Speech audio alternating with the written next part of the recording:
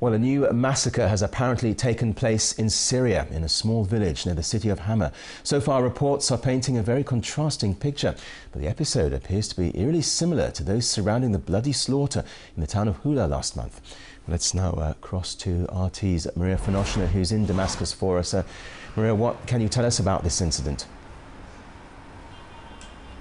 Well, Kerry, there is even more confusion about this latest massacre here in Syria than all of the previous ones, and a lot of the details of alleged witness accounts and video just don't match.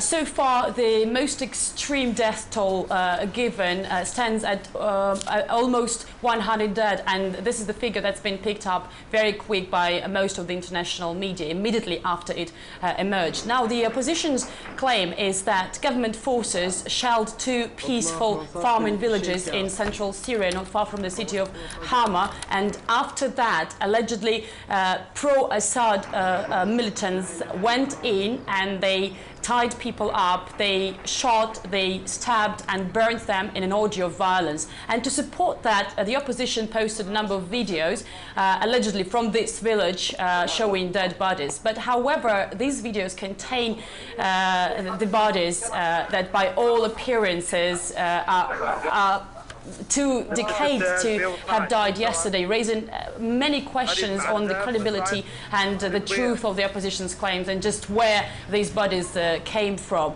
On the other hand, the Syrian government has a completely different take on what happened in Syria. They say they got a call from local residents asking for help after militants took over the village. The army has been stationed in this area. They've been reporting beforehand that they are preparing for an anti-terrorist operation. So after that call, they immediately launched this operation, and we are receiving right now official reports from official sources in Hama that after the army went in, they discovered 9 bodies of civilians, and following the clashes that occurred after that, 2 officers have been killed and 5 others have been injured. So as you can see, both sides are pointing the finger at each other, while witnesses reports just contradict each other about who was responsible. And without a credible investigation right now, it's too early and just simply impossible to establish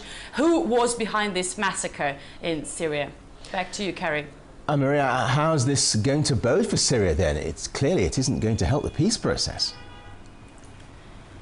Yes, what's striking here in this story is, of course, the timing of this so-called massacre coming as Kofi Annan briefs the UN Security Council on Syria today. And there are a lot of similarities in this story with Hula massacre last month that happened exactly on the eve of Kofi Annan's arrival to Syria for talks with Bashar al-Assad. Back then, the initial media reaction that simply took the rebels side and their claims as true actually jeopardized the 6-point peace plan, and the Free Syrian Army, the biggest and the most well-armed rebel group in the region, used this massacre to withdraw from the internationally approved ceasefire and to resume the military operation against the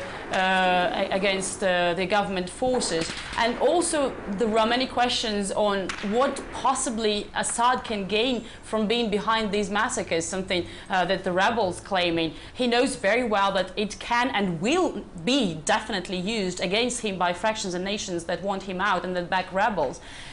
So we know that just yesterday in Istanbul there was a meeting of the nations that back the rebels, and it's reported that they, headed by the US Security Secretary of State Hillary Clinton, have come with a so-called plan of post-Assad Syria. So what we are seeing now is a lot of interference into Syria's internal affairs, and knowing how Hula massacre was used against Assad, we can see even more interference into Syria's affairs right now, as this latest massacre also can be used against Assad as justification for this kind of international interference. And of course, all this all this contradiction has given rise to view that the rebels themselves may be framing Assad, knowing that they've got media support, and eventually Assad would be held responsible for what happened.